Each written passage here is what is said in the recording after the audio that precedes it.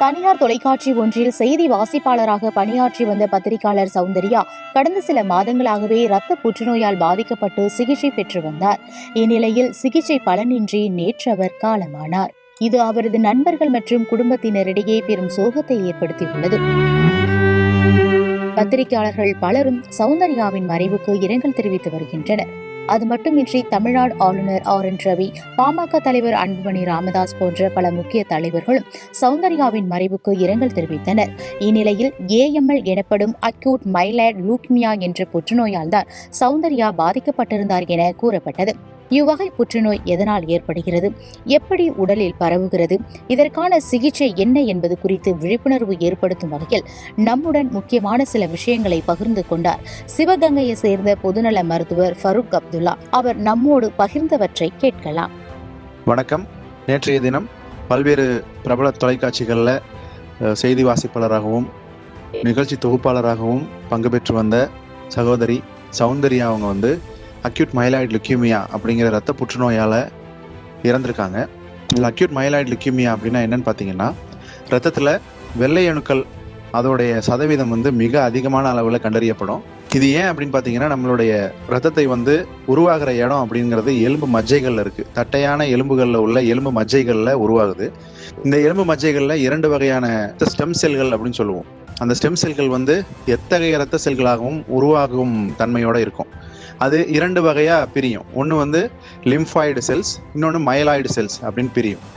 இந்த lymphoid cells தான் பின்னாடி லிம்ஃபோசைட்ஸ் அப்படின்னு சொல்கிற நம்மளுடைய எதிர்ப்பு சக்தி மண்டலத்துக்குரிய செல்களாக மாறும். மைலாய்டு செல்ஸ் பிற்காலத்தில் அது டிஃபரன்ஷியேட் ஆகி அது உருமாறி அது நன்றாக வளர்ந்து எப்படி மாறும்னா சிகப்பணுக்கள், வெள்ளை அணுக்கள் மற்றும் பிளேட்லெட்ஸ் என்று சொல்லப்படுகிற தட்டணுக்களாக மாறும்.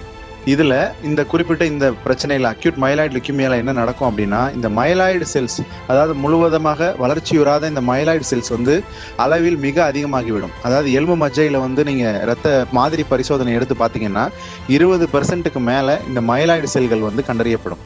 இப்படி மைலாய்டு செல்கள், அதாவது முதிராத மைலாய்டு செல்கள் மிக அதிகமாக இருக்கிறதுனால இவங்களுக்கு ரத்தத்தில் மிக குறைவான அளவில் பிளேட்லெட்ஸ், அதாவது தட்டணுக்கள், இது ரத்த உறைதலுக்கு தேவை.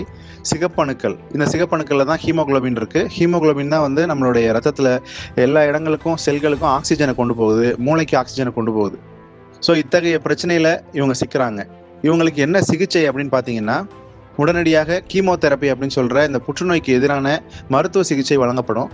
அதன் மூலமாக இந்த மைலாய்டு செல்களை குறிவைத்து சிகிச்சை அளிக்கப்படும்.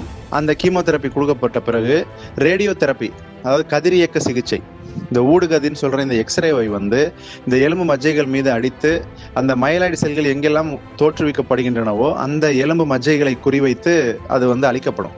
இப்படி அழிச்சு முடிச்சதுக்கு அப்புறம் என்ன செய்யணும் அப்படின்னா, கம்ப்ளீட் ட்ரீட்மெண்ட் அப்படிங்கிறது அவங்க கிட்ட இருந்தேவோ அல்லது மற்றொருடம் இருந்தோ ஸ்டெம் செல்களை வாங்கி அதை இவங்களுக்கு செலுத்தணும். அப்படி செலுத்துறது தான் ஸ்டெம் செல் டிரான்ஸ்பிளான்ட் அப்படின்னு சொல்கிறோம். இதை போன் மேரோ டிரான்ஸ்பிளான்ட்னு சொல்கிறாங்க. ஸோ இந்த டிரான்ஸ்பிளான்ட்டை செய்து முடித்த பிறகு அதற்கு எதிர்ப்பு சக்தியை குறைக்கும் மருந்துகளை எடுக்க வேண்டும். இப்படி மாற்று டிரான்ஸ்பிளான்ட் பொருத்தப்பட்ட, அதாவது வழங்கப்பட்ட இந்த டிரான்ஸ்பிளான்ட் ஆனதை உடல் நல்லபடியாக எடுத்துக்கணும். இவ்வாறு எடுத்துக்கிடுச்சு அப்படின்னா அவங்க முற்றிலுமாக குணமடைந்து விடுவார்கள். சிலருக்கு என்ன ஆகும் அப்படின்னா, இந்த மாதிரி பிறரிடமிருந்து கொடுக்கும் எலும்பு மஜ்ஜையை உடல் ரியாக்ஷன் பண்ணி அதை ரிஜெக்ட் பண்ணிடும். அப்படி ரிஜெக்ட் பண்ணிடுச்சு அப்படின்னா மீண்டும் திருப்பியும் இதே ப்ரொசீஜரை திருப்பி பண்ண வேண்டியிருக்கும். ஆனால் சக்ஸஸ்ஃபுல் ஆகிறதுக்கான வாய்ப்புகள் மிக மிக அதிகம். ஸோ இதை எவ்வளோ சீக்கிரம் கண்டுபிடிக்க முடியுமோ அவ்வளோ சீக்கிரம் கண்டுபிடிச்சு இதற்குரிய சிகிச்சையை நாம் வழங்க வேண்டும். இதற்கு chemotherapy, radio therapy, targeted therapy, அது மோனோக்ளோனல் ஆன்டிபாடிஸ் அப்படின்னு சொல்கிறோம், அந்த மருந்துகள், அப்புறம் கூடவே இந்த ஸ்டெம் செல் டிரான்ஸ்பிளான்ட் ஆகியவை பயனளிக்கின்றன. நன்றி.